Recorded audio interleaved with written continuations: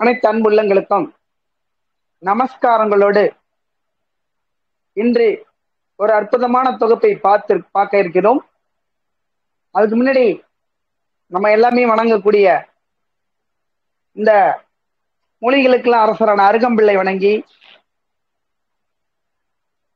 இந்த சித்தர்களுக்கெல்லாம் ரொம்பவும் அரசரான அகஸ்திய மாமுனிவரை வணங்கி, இந்த பூமி தாயை வணங்கி, இந்த மொழிகளுக்கெல்லாம் நமக்கு கொடுத்து கொண்டு இருக்கக்கூடிய விவசாய பெருமக்களை போற்றி இன்று ஒரு அற்புதமான தொகுப்பு காசநோய், அதாவது டிபின்னு அது ஆங்கிலத்துல சொல்லக்கூடிய ஒரு நோய், டியூபரிகுலோசிஸ் டிபி நோய் அப்படின்னு சொல்லக்கூடியது.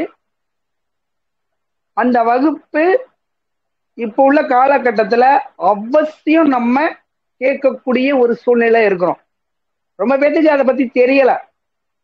ஏன் தெரியலன்னா, நிறைய விழிப்புணர்வை கொடுத்துட்டு இருக்காங்க, இருப்பினும் அது ரொம்ப பேருக்கு தெரிய மாட்டேங்குதுங்கிறதுக்கு காரணம் இன்னும் அதுக்கு இன்னும் ஒரு அட்வான்டேஜ் கொண்டு வரல. அதனாலதான் இந்த வகுப்பை முக்கியமா நம்ம இந்த ஒரு பகுதியில நம்ம எடுக்கக்கூடிய காலகட்டத்தில் வந்திருக்கோம். அப்ப டிபின்னா காச நோய்னா என்னங்க சார் அப்படின்னு கேட்டீங்கன்னா, அது ஒரு தொற்று நோயின்னு சொல்லலாம். அதாவது நம்ம உடலுக்குள் ஏற்படக்கூடிய ஒரு கிருமிகளினால் ஏற்படக்கூடியதுதான் அந்த காச நோய் டிபிங்கிறது. அது முதல்ல எப்படி அதிகமா பாதிக்கக்கூடிய இடம் எதுன்னு கேட்டீங்கன்னா, நுரையீரலுக்குள்ள இருக்கக்கூடிய இந்த விழா எலும்புகள்ல பாதிக்கக்கூடியது இந்த காசநோய். இது உடனே பாதிக்குமா? உடனே யாருக்குமே பாதிக்காது. சில மாதங்கள், சில ஆண்டுகள் ஆகும் இதை கண்டுபிடிச்சு நம்ம இது பண்ணா. அதுக்குதான் இப்ப உள்ள காலகட்டத்துல குழந்தை பிறந்தோடனே நம்மளுடைய கையில பாத்தீங்கன்னா, அந்த காலத்துல ஒரு தழும்பு இருக்கும், ஒரு தடுப்பூசி போட்டிருப்பாங்க, அதாவது உள்ள மாதிரி கொத்திருப்பாங்க. கொஞ்ச நாள் அது புண்ணாயிடும், புண்ணாயி அந்த தழும்பு இருக்கும். அந்த தழும்பு எதுக்குன்னு கேட்டீங்கன்னா, இந்த நோயை தடுக்கக்கூடிய சக்தியை குழந்தை வடிவத்திலே கொடுத்துடுறாங்க. பிபிசின்னு தடுப்பூசி அது. அப்ப ஏன் அதை போடணும் அப்படின்னா, கண்டிப்பாக போட்டாகணும். ஒரு சில பேர் அது போட்ட புண்ணாயிடும், குழந்தை கை பாதிக்கும், கிடையவே கிடையாது. அந்த தழும்பு இருக்கும், அவ்வளவுதான், அதை போட்டுதான் ஆகணும். ஏன்னு கேட்டீங்கன்னா, அவ்வளவு தூரம் அந்த அந்த அந்த ஊசியினுடைய பவர் உடம்புக்குள்ள இருந்துட்டே இருக்கும். அந்த காலத்துல இப்ப உள்ள காலத்துல இப்படி பண்ணிட்டு இருக்காங்க. அப்ப சித்தர்கள் காலத்துல என்ன பண்ணுனாங்க? அப்பெல்லாம் அந்த ஊசியெல்லாம் கண்டுபிடிக்க முடியலையே, அப்ப இதுக்கு என்ன சார் அப்ப மருந்து கண்டுபிடிச்சிருப்பாங்க அப்படின்னு நம்ம ஒரு கேள்விக்குறி அங்க வைக்கும்போது, அப்ப என்ன பண்ணாங்கன்னா, இயற்கையான காற்றை சுவாசிக்க குழந்தைகளுக்கு பழகி கொடுத்தாங்க. சூரிய ஒளியில் அந்த குழந்தைய ஒரு 10 நிமிஷம் வச்சிருக்க சொல்லி கொடுத்தாங்க. நல்ல சத்துள்ள உணவுகள் அந்த குழந்தைகளுக்கு கொடுத்தாங்க. அப்ப எதிர்ப்பு சக்தி அந்த குழந்தைகளுக்கு தானாக உருவாகி விட்டது. அந்த காலத்துல கிட்டத்தட்ட 100 ஆண்டுகளுக்கு முன்னாடி. அப்புறம் தான் இந்த ஊசியெல்லாம் போட ஆரம்பிச்சாங்க. இன்னும் கொஞ்சம் விழிப்புணர்வு அதிகமாக ஏற்பட்டுச்சு. இன்னமும் அந்த விழிப்புணர்வு வந்துட்டே இருக்கு. அப்ப இந்த காச நோயினால் நாம் பாதித்தோம் என்றால் உடல் ஆரோக்கியம் முதல்ல கெட்டுவிடும். உடல்ல என்ன அறிகுறிகள் தோன்றும்னா, திடீர்னு இருக்கிற உடம்பு இளைக்கும், பசி எடுக்காது. அந்த நுரையீரல்ல ஏற்படக்கூடிய டிபிக்கு சளி அதிகமா வந்துட்டு இருக்கும். அப்ப இப்ப நான் சொன்ன மாதிரிதான், அந்த காலத்துல 32 வருஷத்துக்கு ஒரு நாடி ஓடிட்டு இருக்கும். அதுக்கப்புறம் 36 வருஷத்துக்கு ஒரு நாடி ஓடிட்டு இருக்கும். பித்த, ஸ்லோத்ம, வாத நாடிகள், இப்படி. அப்புறம் 36 வருஷத்துக்கு வாத நாடிகள் ஓடிட்டு இருக்கும். வாத, பித்த, ஸ்லோத்ம நாடிகள் ஓடிட்டு இருக்கும். அப்ப இத்தனை நாடிகள் ஓடிட்டு இருக்கும்போது நம்ம உடலுக்குள்ள இருந்து 16 படி சளி வெளியே ஏற்றணுமா. 16 படி சளி நம்ம என்ன பண்றோம்? முழுங்கிடுறோம். முழுங்கக்கூடாது. அந்த சளி என்ன பண்ணிடணும்? எடுத்துடணும். அப்பதான் அந்த சளி வெளியேற்றம் வந்தா உள்ளர இன்ஃபெக்ஷன் ஆகாது. ஒரு ஓரமாக ஒரு இடத்துல நின்று நமக்கு சளி வருதுன்னா இதை எடுத்துடணும். அது மாதிரி எடுத்துட்டோம்னா நமக்குள்ள அந்த கிருமி வெளியில போயிடும். கீழே எடுத்துட்டு அந்த இடத்துல கொஞ்சம் மண்ணை போட்டு மூடிட்டோம்னா அடுத்தவர்களுக்கும் அது பாதிப்பு வராது. அப்ப பாத்தீங்கன்னா அந்த காலத்துல எப்படி வகுத்து வச்சிருக்காங்க பாருங்க. வாத பித்த சுலோத்ம நாடிகள் 32 வருஷம் ஒரு நாடி, அதுக்கப்புறம் 36 வருஷம் ஒரு நாடி, 36 வருஷத்துக்கு அப்புறம் முடிவா ஒரு நாடி, இப்படிதான் வகுத்து வச்சிருக்காங்க. அப்ப இத்தனை வருஷத்துலயும் 16 படி சளி வெளியேற்றணும் அப்படிங்கிறது சித்தர்களுடைய ஒரு கூற்று. இப்படிதான் நம்ம உடம்பு அந்த காலத்துல இருந்து மாறி மாறி ரொட்டேஷன் ஆயிட்டு இருக்கு, வந்துகிட்டு இருக்கு. அப்ப இப்படியாப்பட்ட உடம்புல இந்த டிபி நோய் எப்படி சார் உற்பத்தி ஆகுது, ஏன் இது வருது அப்படின்னு நிறைய கேள்விக்குறிகள் வந்துட்டு இருக்கு. இதுக்கு நிறைய விழிப்புணர்வுகளை ஏற்படுத்திட்டு இருக்காங்க. இருப்பினும் அதை தடுப்பதற்கு இன்னும் பல அறிகுறிகளை மக்கள் எடுத்துக்கொள்வது இல்லை. ஆனா இது ஒரு தொற்று நோயினே சொல்லலாம். இது ஒரு தொற்று நோய், அடுத்தவர்கள் இருக்கும்போது அடுத்தவர்களுக்கு தொற்றக்கூடிய நோய்.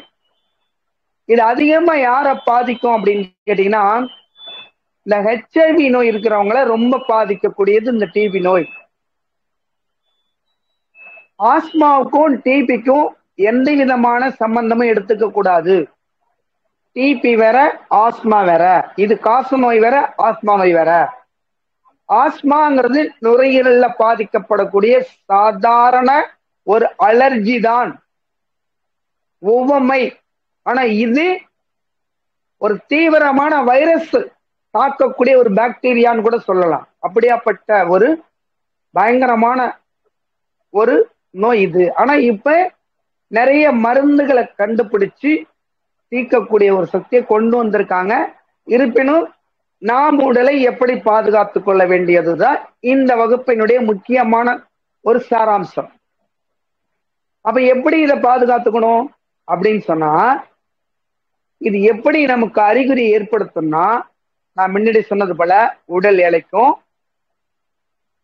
பசி எடுக்காது, சாயந்தர நேரத்துல காய்ச்சல் வரும், திடீர்னு பாத்தீங்கன்னா கண் பார்வை மங்குற மாதிரி இருக்கும், சளிய காரி துப்பும் போது அதுல இருந்து ஒரு மாதிரி சுமல் வரும்.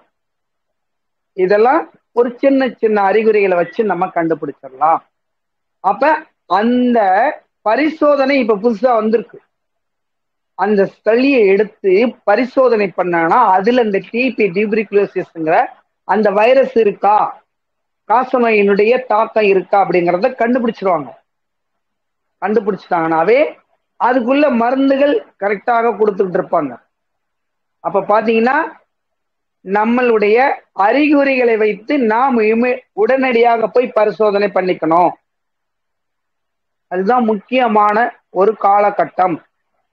வளர விட்டோம் அப்படின்னா எலும்புகளை போய் தாக்கும், முதுகு தண்டுவடத்தினுடைய பகுதியை தாக்கும், கை கால்கள்லாம் தாக்கப்படும், எலும்புகள் உள்ள மஜ்ஜை அதாவது இரத்த உற்பத்தி ஆகக்கூடிய பகுதிகள்லாம் தாக்கப்படும். இந்த காச நோயினுடைய கிருமிகள். அப்ப என்ன பண்ணோம், இருக்க உடம்பு ரொம்ப பலகீனமா போயிடும். நம் முன்னெச்சரிக்கையா இது மாதிரி அறிகுறிகள் இருந்தால் முன்னெச்சரிக்கையாக நாம் இதற்கென்று ஒரு பிரிவுகள் இருக்கு, அங்கே போய் நாம் பரிசோதித்து விட்டோம் என்றாலே உறுதியான முறையில உணவு கட்டுப்பாடோட நம்மளுடைய சித்த மருந்துகளையும் சேர்த்து எடுத்துக்கொண்டோம்னா நிச்சயமாக அதை குணப்படுத்திடலாம். இப்படிதான் இந்த நோயினுடைய தன்மை. இதுல நிறைய கேள்விகள்லாம் வந்துட்டு இருக்கும். எப்படின்னா, ஒருத்தர் இருமி அந்த இருமல் மூலியமா அது நமக்கு தொத்துமா அப்படின்னா, அந்த எதிர்ப்பு சக்தி அவங்களுக்கு இல்லை அப்படின்னா, அதாவது பக்கத்துல இருக்கவங்களுக்கு நோய் எதிர்ப்பு சக்தி அதிகமா இல்லைன்னா இவங்க இருமி துப்பக்கூடிய அந்த நோயிலிருந்து செல்ல அவங்களுக்கு தொத்துறதுக்கு வாய்ப்புகள் உண்டு. அதனால தான் அந்த காலத்துல ஒரு குடுவையில வச்சு ஒரு சாம்பலை போட்டு அதுல அந்த கிருமி நாசினியாக இப்படி மேல மூடிடுவாங்க, அடுத்தவர்களை பாதிக்காம இருக்கணுங்கிறதுக்காண்டி செஞ்சுட்டு இருப்பாங்க. இப்பதான் சர்வசாதாரணம் பஸ்ல போதும் கூட அந்த இதை துப்பிட்டு போயிடுறாங்க. அது வண்டியில போகும்போது கூட நமக்கு அடிக்குது. அந்த அளவுக்கு சுகாதாரங்கள் நம்ம தேடப்பட வேண்டிய சூழ்நிலை இருக்கும். அப்ப இது அப்படி மூடி வச்சுட்டாங்கன்னா அது பரவாது. முதல் கேள்வி, இது அடுத்தவர்களுக்கு பரவாம இருக்கணும். எப்படின்னா கண்டுபிடிச்சிட்டு இவங்களுக்கு இந்த நோய் ஆரம்பம் இருக்குன்னாவே நம்ம சுதாரிப்பு ஏற்படுத்திக்கணும். அதுக்குள்ள இந்த நான் சொல்லக்கூடிய மருந்துகள்லாம் எடுத்துக்கிட்டோம்னா கண்டிப்பாக குணமாகிவிடும். அது முக்கியமானது. அப்புறம் இன்னொரு கேள்வி கேட்கிறாங்க, இந்த நோய் வந்தா ஆயுள் முழுவதும் இருக்குமா அல்லது இடையில இது போயிடுமா அப்படின்னா, நிச்சயமாக இதை குணப்படுத்த முடியும். உணவுகளாலும் மூலிகை மருந்துகளாலும் பரிசோதனைகளுடைய ஒரு தீர்வுகள் எப்படி இருக்குங்கிறத பார்த்துட்டு நம்ம குணப்படுத்த முடியும். அதுதான் இந்த வகுப்பினுடைய முக்கியம். அப்புறம் இன்னொருத்தர் ஒரு கேள்வி கேட்கிறாங்க. என்ன கேள்வி கேட்டாங்கன்னா, ஒரு தாய் ஒரு இந்த மாதிரி ஒரு டிபி நோயில காச நோயில பாதிக்கப்பட்டிருக்காங்க. ஒரு 6 மாதம் அவங்க பாதிக்கப்பட்டு, அப்ப அவங்களுக்கு ஒரு குழந்தை கர்ப்பமாகிவிட்டாங்கன்னா அந்த குழந்தைக்கு இது பாதிக்குமா அப்படின்னா 90% பாதிக்க வாய்ப்பு இருக்காது. காரணம், அவங்களுடைய கணவருக்கு இருந்தால் இந்த மாதிரி டியூபர்குலோசிஸ் நோய் இருந்தால் அந்த குழந்தைய ஓரளவுக்கு பாதிக்கும், அதாவது ஜெனட்டிக்கா. ஆனா தாய் மூலியமா பாதிக்காது. தாய் என்ன பண்ணும், தொப்புள் கொடி மூலமா தேவையான வைட்டமின் அதிகமான சத்து எடுத்துக்கும் போது அந்த குழந்தைக்கு தேவையான சத்து ஊட்டம் கொடுக்க போகும்போது தானாக அந்த குழந்தைக்கு நோய் வராது, வாய்ப்பு இல்லை. அப்ப அந்த குழந்தை பிறந்தோடனே இந்த ஊசியெல்லாம் அதுக்கு போட்டுறதுனால அந்த குழந்தைக்கு வராது, 100% வர்றதுக்கு வாய்ப்பு இல்லை. இப்ப இதையும் நம்ம புரிஞ்சுக்கணும். அப்ப நுரையீரல் பாதிக்கப்பட்டாதான் இந்த டியூபர்குலோசிஸ் நோய் வருமா அப்படின்னா, நுரையீரல் சளியினால பாதிக்கப்படுறது ஒரு பக்கம் இருந்துட்டாலும் நாம் புகையிலையினுடைய தாக்கத்தினாலும் ஏற்படும், புகைப்பிடிப்பதனாலும் ஏற்படும். இந்த புகை ஒரு வீட்டுல ஒருத்தர் பிடிச்சிட்டே இருக்காங்கன்னா அந்த புகைப்பிடிப்பவரினால் அந்த வீட்டுல இருக்கிறவங்களுக்கும் ஏற்படும். அங்க இருந்து சமுதாயத்தில் அங்க இருக்கக்கூடிய சூழ்நிலையிலும் அவங்களுக்கு ஏற்படும். புகைப்பிடிப்பதனால் இந்த நோய் வர்றதுக்கு வாய்ப்பு உண்டு, இல்லைன்னு சொல்ல முடியாது, கண்டிப்பாக வரும். அப்ப அதுக்குள்ள என்ன சார் மருந்துன்னா, நம்ம உடம்ப பாதுகாத்துக்கணும். தேவையான ஊட்டச்சத்து நம்ம அந்த எதிர்ப்பு சக்தியை போக்குற அளவுக்கு நம்ம உடம்ப பரிசோதனை பண்ணி வச்சுக்கணும். அப்ப நம்ம உடம்பு கரெக்டா வச்சுட்டோம்னா அது மாதிரி இருக்கக்கூடிய இதுல இருந்து நாம் தப்பித்து கொள்ளலாம். அதுதான் நம்ம செய்யக்கூடிய மருத்துவம். அதுக்கு என்ன சார் பண்ணணும்? அதுக்குதான் தேவையான மருத்துவங்களை நாம இப்ப இந்த பதிவுல எடுத்துக்கிறோம். சரிங்க சார். இப்ப அவங்களெல்லாம் மறக்க வைக்க முடியாதா? அது மனம் வைத்தால் தான் மறக்க முடியும். நான் அவங்களுக்கு அந்த மருந்து தரேன், அவங்கள இந்த மாதிரி புகையிலை பழக்கத்துல இருந்தோ புகைப்பிடிக்கும் பழக்கத்துல இருந்தோ மாத்திடுறேன் அப்படின்னா ரொம்ப ரொம்ப கஷ்டங்கள். அவங்க சிந்திக்கணும், நம்மளால இத்தனை பேர் பாதிக்கப்படுறாங்க, அதை விட நம்மளும் பாதிக்கப்பட்டு விடுகிறோம், அப்ப இதை நம்ம நிப்பாட்டணும்னு அவங்களுக்குள்ள மன அமைதி ஏற்படுத்தி மனதை வைத்தால்தான் மாற்ற முடியும், இல்லைன்னா முடியவே முடியாது. அப்புறம் ஆல்கஹால், அதாவது ஆல்கஹால் தெரியும் எல்லாத்துக்குமே, மது அருந்துபவர்களாலும் இந்த எதிர்ப்பு சக்தியினுடைய தன்மை குறையப்பட்டு அந்த நோய் வருவதற்கு வாய்ப்புகள் உண்டு. இப்படிதான் தீய பழக்கங்களினால் இந்த டியூபர்குலோசிஸ், அதாவது இந்த காசநோய் வரும். இது நிறைய பெரிய மருத்துவமனைகளில் காசநோய் பிரிவு என்று வைத்து இப்ப இருக்கிறாங்க. சித்த மருத்துவத்திலையும் காசநோய் பிரிவுன்னு வைத்து அதற்கும் தேவையான மருத்துவத்தை கொடுத்துட்டு இருக்காங்க, விழிப்புணர்வுகளை ஏற்படுத்திட்டு இருக்காங்க. இது மாதிரி பண்ணாதீங்க, மது அருந்தாதீங்க, புகையிலை பிடிக்காதீங்க, அடுத்தவர்களை பாதிக்கிற அளவுக்கு நீங்க பொது இடத்துல இருந்து இந்த மாதிரி புகைப்பிடிப்பதை கொஞ்சம் நிறுத்துங்க அப்படின்னு நிறைய இடத்துல அதனுடைய அறிவுரைகளை சொல்லிட்டு இருக்காங்க. இது கொஞ்சம் கொஞ்சம் குறையறதுக்கு வாய்ப்புகள் இருக்கு, நிறையவே இருக்கு.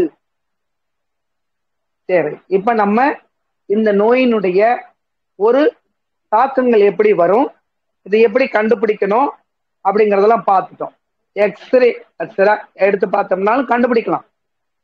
அப்புறம் நான் சொன்ன மாதிரி ரத்தத்திலையும் கண்டுபிடிச்சிடலாம், ரத்தத்துல பரிசோதனை பண்ண போது இதை கண்டுபிடிக்கலாம். கண்டுபிடிச்சிட்டோம்னா இதற்கு தீர்வுகள் நம்மளுடைய மனக்கட்டுப்பாடும் உணவு கட்டுப்பாடும் மருந்து தேவையான அளவு குறிப்பிட்ட நாள்கள் எடுக்கணும். இப்ப இன்னைக்கு காய்ச்சல் வருது, ஒரு மணி நேரம் ரெஸ்ட் எடுக்கிறோம். தேவையான நம்ம இப்ப பாத்தீங்கன்னா இந்த காய்ச்சலுக்கு தேவையான ஒரு சித்த மருத்துவத்தை எடுத்துக்கிறோம். ஒரு மிளகு வெத்தலை வச்சு சாப்பிட்றோம், இல்லைன்னா கொஞ்சம் ஹாட் வாட்டர் நல்லா குடிக்கிறோம், இல்லைன்னா கொஞ்சோண்டு ஓய்வு எடுக்கிறோம், இல்லைன்னா கொஞ்சம் திருநீர் கழிச்சு அப்படி நெத்தியில பத்து போட்டுடுறோம். பத்து போட்டோம்னா அந்த ஃபீவர் கொஞ்சம் குறைஞ்சிரும், காய்ச்சலுடைய தாக்கம் கொஞ்சம் குறைஞ்சிரும்.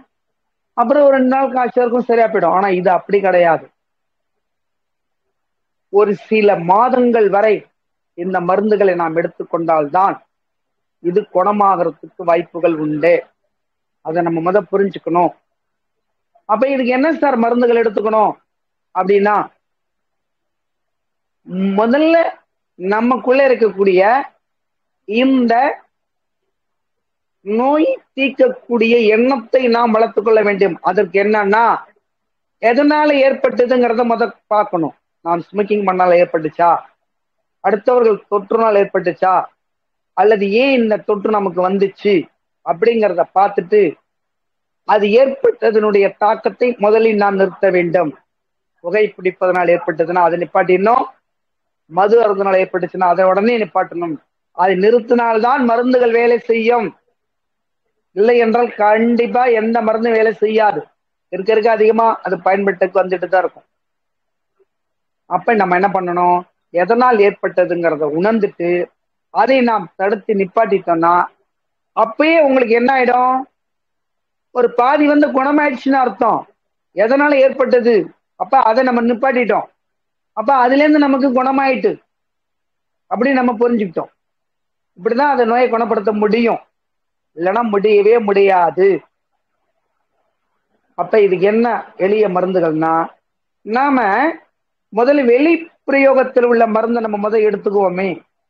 அந்த காலத்துல பாத்தீங்கன்னா, எங்க பாட்டி காலம் சித்தர்கள் காலத்துல எல்லாம் மாட்டுக்கு தவிடு வச்சிருப்பாங்க, இல்லைன்னா மணல் இருக்கும். அந்த மாட்டு தவிடை எடுத்து ஒரு இருப்பு சட்டியில் அதை போட்டு கொஞ்சமா வதக்குவாங்க. அதுல கொஞ்சம் உப்பு தண்ணி தெளிச்சுக்குவாங்க. அது என்ன பண்ணுவாங்க, ஒரு கதர் துணியில வச்சு நம்மளுடைய நெஞ்சில ஒத்தரம் கொடுப்பாங்க. நெஞ்சு பக்கம் முதுகு பக்கம் ஒரு நாளைக்கு குறைந்தது 2 அல்லது 3 தடவை ஒத்தரம் கொடுக்க வேண்டும். இது ரொம்ப ரொம்ப எளிமையான மருந்து. ரொம்ப ரொம்ப இந்த நுரையீரல் பாதிக்கப்பட்டு எலும்புகள் பாதிக்கப்பட்டு இருந்தால் ஒரு 48 நாள்ல குணப்படுத்தக்கூடிய வெளி பிரயோக மருந்து ஒரு ஒத்தடம். புரியுதுங்களா? அந்த மணல்லையோ அல்லது அந்த தவுட்டுலையோ நீங்க என்ன பண்ணலாம், கொஞ்சோண்டு ஆடாதோட இலைய போட்டுக்கலாம். ஆடாதோட இலைய அதுல போட்டு கொஞ்சம் உப்பு தண்ணி லைட்டா தெளிச்சு விட்டு அந்த தவிடோ அல்லது மணலோ, தவிடு கிடைக்கிறது கஷ்டமா தான் மணல் கொஞ்சம் எடுத்துங்க, எடுத்து இள சூடாக இருக்கணும். சுட சுட வச்சு நம்ம நெஞ்சில ஒத்தரம் கொடுக்க கூடாது. இது 3 வயதுக்கு மேல உள்ள எல்லா குழந்தைகளுக்கும் கொடுக்கலாம். அந்த ஒத்தரம் முதுகுல கொடுக்க கொடுக்க என்ன ஆகும், நமக்குள்ள கோடிக்கையான வேர்வை, அதாவது வேர்வை நாளங்கள் இருக்கு, வேர்வை சுரப்பிகள். அந்த வேர்வை நாளங்கள், அதாவது வேர்வை சுரப்பிகள் வழியா இந்த வெப்பம் போய் உள்ளர அங்க உள்ள இருக்கக்கூடிய அந்த கிருமிகளை, சளியினுடைய கிருமிகளை இலக செய்யும். இந்த வெப்பம் படப்பட இலக செய்யும் போது வெளியில வந்துடும். அப்ப நம்ம என்ன பண்றோம், அது வெளியில எடுத்துடணும். பாத்தீங்கன்னா பிசுன் மாதிரி வரும், கெட்டியா வரும். அதை எடுத்துட்டு நம்ம நான் சொன்ன மாதிரி ஒரு சாம்பல்ல போட்டு வச்சு மூடி ஒரு இடத்துல குழி போட்டு அதை மூடி வச்சிடணும். ஏன்னா இல்லைன்னா அடுத்தவங்களை அந்த கிருமி தாக்கும். அந்த காலத்துல அப்படிதான் பண்ணுவாங்க. அப்ப நம்ம என்ன பண்றோம், இந்த முதல் அற்புதமான வெளி உபயோகத்துக்கான மருத்துவத்தை நம்ம கடைபிடிக்கிறோம். இது எந்த பயமுமே தேவையில்லை. ஆனா நான் என்ன சொல்றேன்னா, இப்ப எங்களுக்கு டிபி இல்லை சார், ஆனா இருந்தாலும் அடிக்கடி சளி பிடிச்சிக்குது, நுரையீரல்ல ஒரு மாதிரி கட்டப்பட்ட மாதிரி இருக்கு, திணறல் இருக்கு, அடிக்கடி மூச்சு திணறல் இருக்கு, சளியை பிடிச்சிட்டே இருக்குன்னா இந்த ஒத்தரம் கொடுங்க. ஆடாதோட கொஞ்சம் பிச்சுக்குவாங்க. இல்ல அதுவும் இல்ல, ஆடாதோட கிடைக்கலன்னா கொஞ்சம் மஞ்சள் பொடி போட்டுக்குங்க. அந்த மணல்ல கொஞ்சம் மஞ்சள் பொடி, கொஞ்சம் இல்லைன்னா ஒரு அந்த உப்பு தண்ணியில மஞ்சள் பொடியை போட்டு கலந்து அந்த மணலோட கலந்து வச்சு. எதுக்கு மஞ்சள் பொடி உப்பு தண்ணின்னு கேட்டீங்கன்னா, கொஞ்சம் அந்த வெப்பத்தை தாங்கக்கூடிய சக்தி இதுகளுக்கு இருக்கும் போது நம்ம உடம்புல ரொம்ப கிருமிகள் இருந்தா ஈஸியா போயிடும். அப்ப இலை சூடா கொடுக்கும் போது முதுகு, நெஞ்சு பகுதி, பின்னாடி அங்கல் பகுதி, இந்த சைடு விழா பகுதி எல்லா பக்கமும் இப்படி ஒத்தி ஒத்தி ஒத்தி ஒத்தி மெதுவா எடுக்கணும். புரியுதுங்களா? அது என்ன பண்ணணும், நம்ம எல்லாத்தையும் வதக்கி ஒரு பாத்திரத்துல வச்சுக்கணும். கொஞ்சம் கொஞ்சமா அள்ளி சூடு தாங்குற அளவுக்கு வச்சு ஒத்தரம் கொடுத்துக்கணும். அப்பைக்கப்ப நம்ம வதக்கிட்டு இருந்தோம்னா பக்கத்துல அடுப்பு இருக்கும், அது நமக்கு பயமா இருக்கும். அதனால என்ன பண்ணணும், ஒரு பாத்திரத்துல கொட்டி வச்சுட்டு நம்ம துணியில, கதர் துணியில போட்டு ஒத்தரம் கொடுக்கணும். ஒத்தரம் கொடுத்து பாருங்களேன், நம்மளுடைய அந்த நோய் சளி வெளியில வந்து அப்படி ஒரு மூச்சு உடனே ஃப்ரீயா விடக்கூடிய ஒரு சக்தி ஏற்படுத்தும். இப்படிதான் முதல் நிலையில நம்ம எளிமையா குணப்படுத்தக்கூடிய இந்த நோயினுடைய முதல் வெளிப்பிரயோகம். அந்த காலத்துல இப்படிதான் பண்ணாங்க. இப்ப என்ன பண்றாங்க, உடனே விக்ஸ் தடை விடுங்க, கொஞ்சம் மூச்சு விட முடியும், இன்குலர் யூஸ் பண்ணுங்க, சளியில வழியா வந்துடும். இப்படிதான் இப்ப பயன்படுத்திட்டு இருக்காங்க. ஆனா இந்த இன்குலர் விக்ஸ் எல்லாம் பயன்படுத்தினாலும் அதற்கு அப்பாற்பட்ட ஒரு அற்புதமான ஒத்தர மருந்து இந்த மருந்து தான்.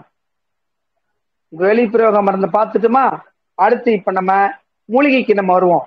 அதுக்கு முன்னாடி என்னென்ன மூலிகைங்கிறத நான் முன்னாடியே எக்ஸ்பிளைன் பண்ணிருப்பேன், இல்லைன்னா இப்ப சொல்றேன். பாத்தீங்கன்னா இதுக்கு தூதுவேலை பொடி ரொம்ப அற்புதமானது. இந்த தூதுவேலை பொடி ரொம்ப ரொம்ப அற்புதமானது. தூதுவேலை இது பொடியா கிடைக்கும். தூதுவேலை இலையும் இருக்குது, அதுக்கு நான் எப்படி பயன்படுத்துறதுன்னு சொல்றேன். இலையும் இருக்குது தூதுவேலை. அடுத்து பாத்தீங்கன்னா வில்வம், இதுவும் அந்த டியூபரிகுலோசிஸ், அதாவது காசநோயை குணப்படுத்தக்கூடிய அற்புதமான மூலிகை வில்வம். அடுத்து ஆடாதொடை, மொசுமுசுக்கை. அடுத்து பாத்தீங்கன்னா இன்னும் சித்தரத்தை. சித்தரத்தைலாம் ரொம்ப ரொம்ப அற்புதமான மருந்து சித்தரத்தை. அது இன்னும் சொல்ல போனா இந்த காச நோய்க்குன்னே இந்த பூமியினுடைய இறைத்தாய் நமக்கு கொடுத்த அற்புதமான வரப்பிரசாதம் சித்தரத்தைன்னு சொல்லலாம். அப்படியாப்பட்ட ஒரு மூலிகை சித்தரத்தை. நமக்குள்ள இருக்க அந்த கபத்தை, சித்த கபத்தை அறுத்து கொண்டு வந்து வெளியே தள்ளக்கூடிய அற்புதமான மூலிகை இந்த சித்தரத்தை. இந்த சித்தரத்தைக்கு அவ்வளவு பவர் உண்டு இந்த சித்தரத்தை. அடுத்து நிறைய நான் இப்ப சொன்னது மாதிரி ஆடாதோட இருக்கு, மசுமசுக்கு இருக்கு, நிறைய இதுல மூலிகை மருந்துகள் இருக்கு. இப்ப எல்லாரும் ஒரு பேப்பர் வச்சிருப்பீங்க, நான் என்னென்ன மருந்து இதுக்கு எளிமையா பயன்படுத்தலாம் அப்படிங்கிறத எழுதிக்கங்க. இல்லைன்னா அடுத்து என்னுடைய சேனல்ல, நம்மளுடைய சேனல்ல வரும்போது நீங்க கேட்டு கூட தெரிஞ்சுக்கலாம். இப்ப நான் சொன்னது போலதான் கடுக்காய் ஒரு 100 கிராம் எடுத்துங்க. இது காச நோய்க்கு முக்கியமான ஒரு கூட்டு மருந்து. பொதுவா வந்துருச்சுன்னா எடுத்துக்கணுமா சார், வராம எடுத்துக்கலாமா சார்? நம்மளுக்கு சளின்னு ஆரம்பிச்சுட்டாவே அது பாதிக்கப்படுதுன்னு நம்ம உடம்புல தொடர்ந்து இருந்துகிட்டே இருக்கு. ஒரு மாதிரி வாட வருது, ஒரு மாதிரி அதனுடைய சுமல் எங்களுக்கு ஒரு பயமா இருக்கு, அப்படி ஒரு மஞ்சள் கலரா வருது, இருமுனா ரத்தம் கூட வருது, அப்படிங்கிற ஒரு தோற்றம் வரும்போது இந்த மருந்துகளை எடுத்துக்கலாம், தப்பு கிடையாது. என்னென்ன மருந்துன்னு சொல்றேன். கடுக்காய் 100 கிராம் எடுத்துங்க, திப்பிலி 100 கிராம் எடுத்துங்க, நான் சொன்ன அந்த சித்தரத்தையில ஒரு 100 கிராம் எடுத்துங்க, ஜாதிக்காய் ஒரு 100 கிராம் எடுத்துங்க, வால் மிளகு எல்லா கடையிலையும் கிடைக்கும், வால் மிளகு அது 100 கிராம் எடுத்து 20 கிராம், அது நிறைய எடுத்துங்க. வால் மிளகு கூட எடுத்துக்கணும். இது எல்லாத்தையும் இலை வறுவலா வறுத்துங்க. வறுத்துட்டு இதையெல்லாம் நுணுக்கி வச்சுட்டு நம்மளுடைய கையில பிடிச்சி திருகடுக்கு பிரகாணம் நம்மளுடைய தேன்ல குழைச்சு அப்படியே சாப்பிட்டுருங்க. ஒரு வெத்தலையில வச்சு அல்லது பூசலையில வச்சு தேன்ல குழைச்சு அப்படியே சாப்பிட்டுருங்க. ஒரு 48 நாளைக்கு நீங்க சாப்பிடுங்களேன், குழந்தைகளுக்கும் கொடுங்களேன், சளி எப்படிதான் போகுதுன்னே தெரியாது. அப்படி ஒரு அற்புதமான மூலிகை இந்த கூட்டு மருந்து. நான் மறுபடியும் சொல்றேன், கடுக்காய் 100 கிராம் தான் எடுத்துக்கணும், திப்பிலி 100 கிராம் எடுத்துக்கணும், சித்தரத்தை 100 கிராம் எடுத்துக்கணும், ஜாதிக்காய் 75 கிராம் தான் எடுத்துக்கணும், அதுக்கு மேல அதை எடுத்துக்க கூடாது. ஜாதிக்காய், பால் மிளகு நிறைய எடுத்துக்கலாம், 20 கிராம். இது எல்லாத்தையும் இலை வறுவலா வறுத்து தேன்ல குழைச்சி நம்ம காலையிலையும் இரவும் சாப்பிட்டுட்டு வந்தோம் அப்படின்னா உறுதியாக எவ்வளவு பெரிய சளியினால் பாதிக்கப்பட்டு இருக்கிற உடம்புகளா இருந்தாலும், நான் சொல்றேன் இந்த காச நோயினால் பாதிக்கப்பட்டு இருந்தாலும் விரைவாக உங்களுக்கு குணமடையும். அப்படியாப்பட்ட ஒரு மூலிகை இந்த மூலிகையினுடைய தத்துவம். அப்புறம் பாத்தீங்கன்னா இந்த கடுக்காய் பார்த்திருப்போம், நான் சொன்னது ஒரு சில பேருக்கு அடிக்கடி வறட்டிருமல் வந்துட்டே இருக்கும்.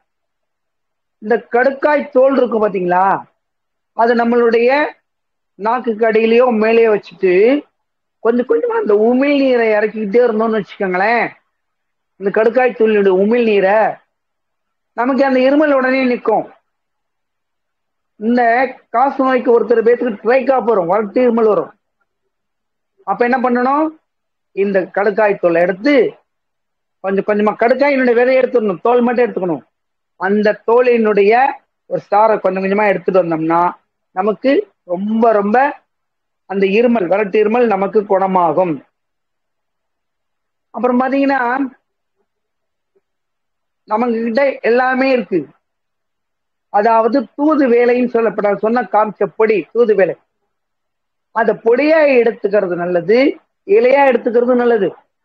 அந்த இலையை என்ன பண்ணணும், எடுத்துட்டு வந்து அதுல முள்ளு முள்ளா இருக்கும், அதெல்லாம் எடுத்துட்டு நம்ம தோசையில போட்டு காலையிலயும் இரவும் நம்ம உணவோட எடுத்துக்கலாம்.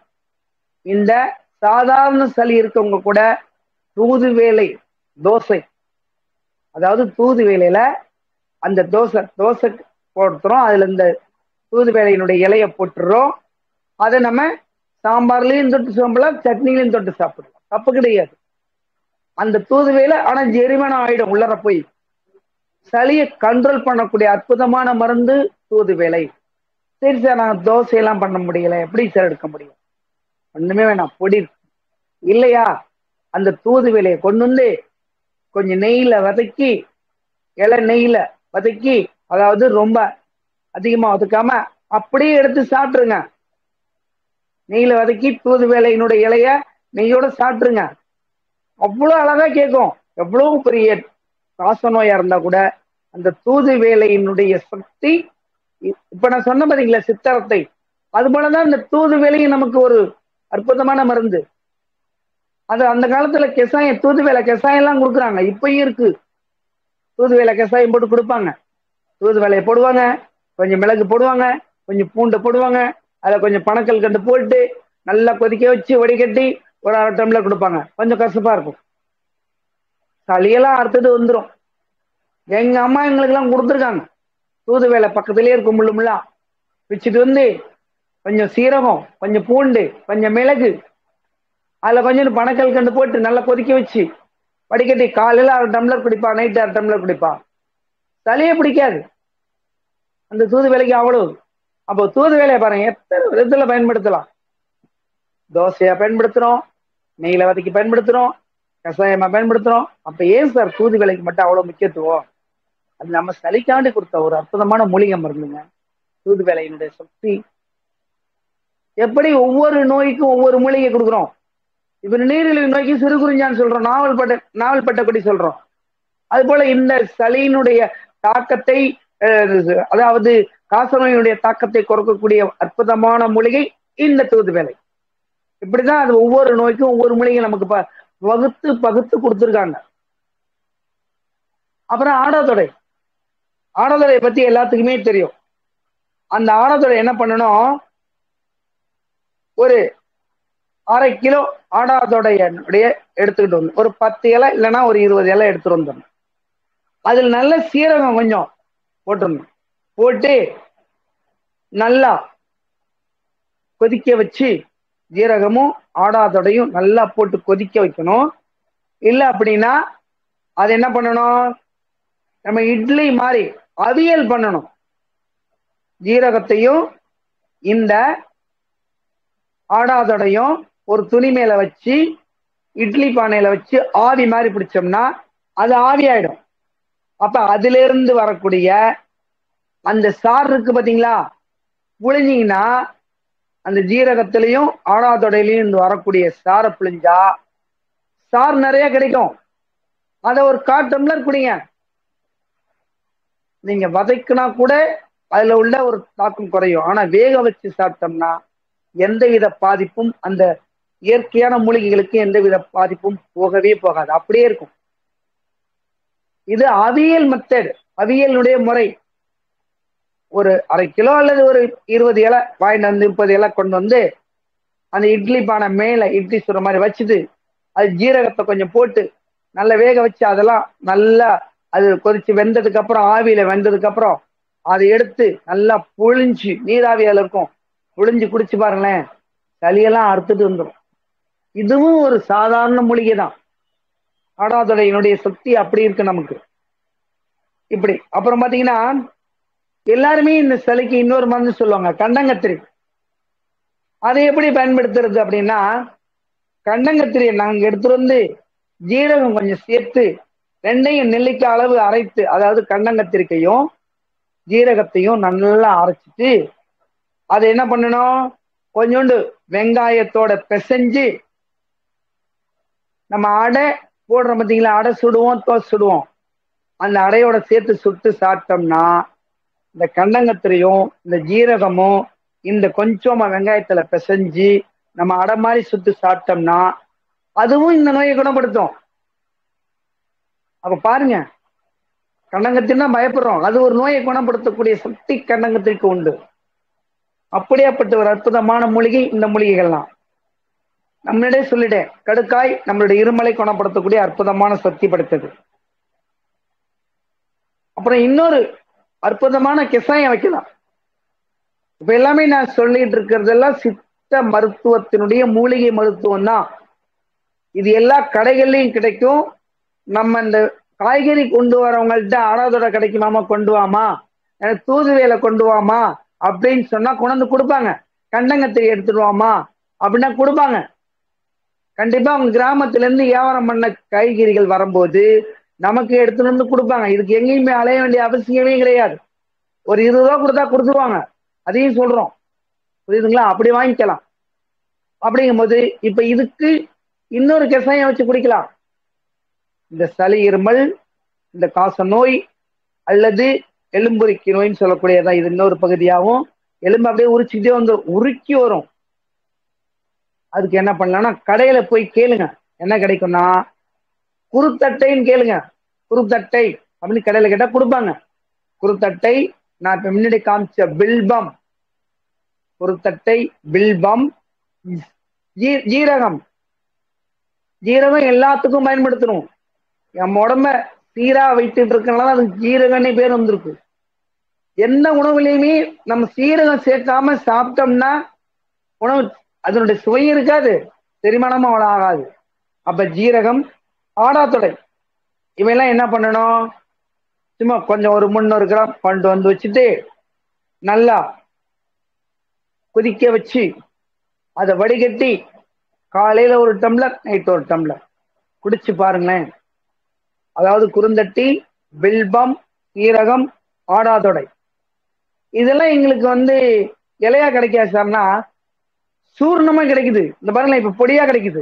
ஆடாதொடை பொடி, பில்வ பொடி, அந்த குறுந்தட்டை பொடி, ஜீரகப்பொடி எல்லாமே கிடைக்குது. வாங்கிட்டு வந்து ஒவ்வொரு ஸ்பூன் போட்டுங்க. போட்டுட்டு நீரிழிவு நோய் இல்லைன்னா கொஞ்சம் பனக்கல்கண்டு சேர்த்துங்க. சேர்த்துட்டு நல்லா கொதிக்க வச்சு, அதாவது 3 டம்ளர் 1 டம்ளர் வரலையும் கொதிக்க வச்சு அதை வடிகட்டி காலையில ஒரு டம்ளர், நைட் ஒரு டம்ளர் 48 நாளைக்கு சாப்பிட்டு பாருங்களேன். எந்த மருந்துக்குமே இந்த மருந்து ஈடாகாது. அப்படியாப்பட்ட ஒரு அற்புதமான மருந்து. குறுந்தட்டை, பில்பம், சீரகம், ஆடாதொடை இது சூரணமாவும் கிடைக்குது, இலையாவும் வாங்கிக்கலாம். குறுந்தட்டை கடையில கிடைக்கும். இது எல்லாமே அப்படியாப்பட்ட ஒரு அற்புதமான நம்மளுடைய மருத்துவத்தினுடைய தன்மைகள் உள்ள ஒரு அற்புதமான மருந்துகள். இதை நாம் பயன்படுத்தினோம்னா உடம்புக்கு அவ்வளவு சக்தி கிடைக்கும். இப்ப இவ்வளவு மருந்துகள்லாம் பத்தி பேசிட்டு இருக்கோம் ஐயா. நம்ம இயற்கையான ஒரு மருந்துகள் ஏதாச்சும் இருந்தா டெய்லி சாப்பிடுற மாதிரி இருக்குமானா ரொம்ப ரொம்ப அற்புதமான மருந்து இருக்குங்க நம்ம கிட்டயே. உங்க வீட்டு தோட்டம் இருக்கோ, உங்க வீட்டு மாடி இருக்கோ, துளசி வளங்க. கருந்துளசி ரொம்ப ரொம்ப நல்லது. காலையில ஒரு 4 இலை, இரவு 4 இலை மென்னு சாப்பிடுங்க. கருந்துளசிக்கு தீராத சளியெல்லாம் கூட தீர்த்து எடுத்துரும். துளசியினுடைய சக்தி அவ்வளவு சக்தி. காலையில ஒரு 10 இலை, நைட்டு 10 இலை. அந்த கருந்துளசியினுடைய இலைய அப்படியே மென்னு சாப்பிட்டு கொஞ்சோண்டு இலை சுடு தண்ணி குடிச்சிருங்க. அவ்வளவு நல்லா கேட்கும். துளசிக்கு நம்ம வீட்லயே வளர்த்துக்கலாம். ஒரு சட்டியில மண்ணு கொஞ்சம் போட்டு, கொஞ்சம் எருவு போட்டு, அந்த துளசி, அதனாலதான் அந்த காலத்துல துளசி மாடம் வச்சிருக்காங்க. அப்பப்ப 2 பிச்சு சாப்பிட்டுருவாங்க சளி தொல்லை வந்துச்சுன்னா. அந்த துளசி நல்லா வளர்ந்து வரும். அதுக்கு மாடி, கொல்லப்புறம் எங்க வேணாலும் வளரலாம். துளசிக்கு இந்த இடம் தாங்கிறது கிடையாது. காற்றோட்டமான இடம், கொஞ்சம் வெயில் இருக்க படத்தில் தானா வளரும். ஆனாதோட எங்கேயுமே கிடைக்கும். தூது வேலை எங்கேயுமே கிடைக்கும். இதெல்லாம் ஈஸியா கிடைக்கக்கூடியது. கடைகள்ல கிடைக்கும், பொடியா கிடைக்கும். அப்ப துளசி பொடியும் கிடைக்கும். அப்ப துளசி பொடி என்ன சார்? தேன்ல குழைச்சு சாப்பிடணும். அதான் இதுல ஒரு முக்கியம். என்ன பண்ணணும்? துளசி வாங்கிட்டு வந்து கொஞ்சம் தேன் ஊற்றி அதை குழைச்சி நம்ம சாப்பிட்றணும். இல்லைன்னா வெத்தலையில வச்சு துளசி வச்சு தேன் ஊற்றி சாப்பிட்றலாம். வெத்தலையோட சாப்பிட்றலாம். இவ்வளவு சக்தி இருக்கு. இதை விட நான் முன்னாடி உங்களுக்கு எல்லா ஒப்பனையும் சொல்லிட்டு இருக்கிறது, வெள்ளை மிளகு ஆன்டி ஆக்சிடென்ட், அதிகமான நோய் எதிர்ப்பு சக்தியை கொடுக்கக்கூடியது வெள்ளை மிளகு. விலை கூட உள்ளது.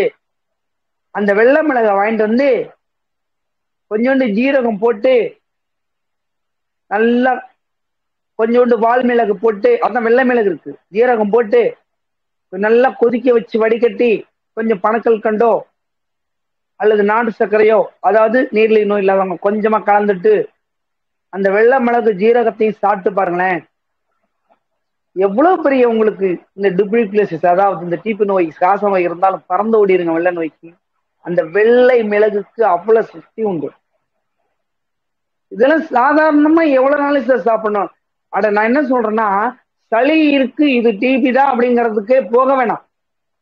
பொதுவாகவே நம்ம எடுத்துக்கலாம், தப்பு கிடையாது. சளி ஏன் பிடிக்குது?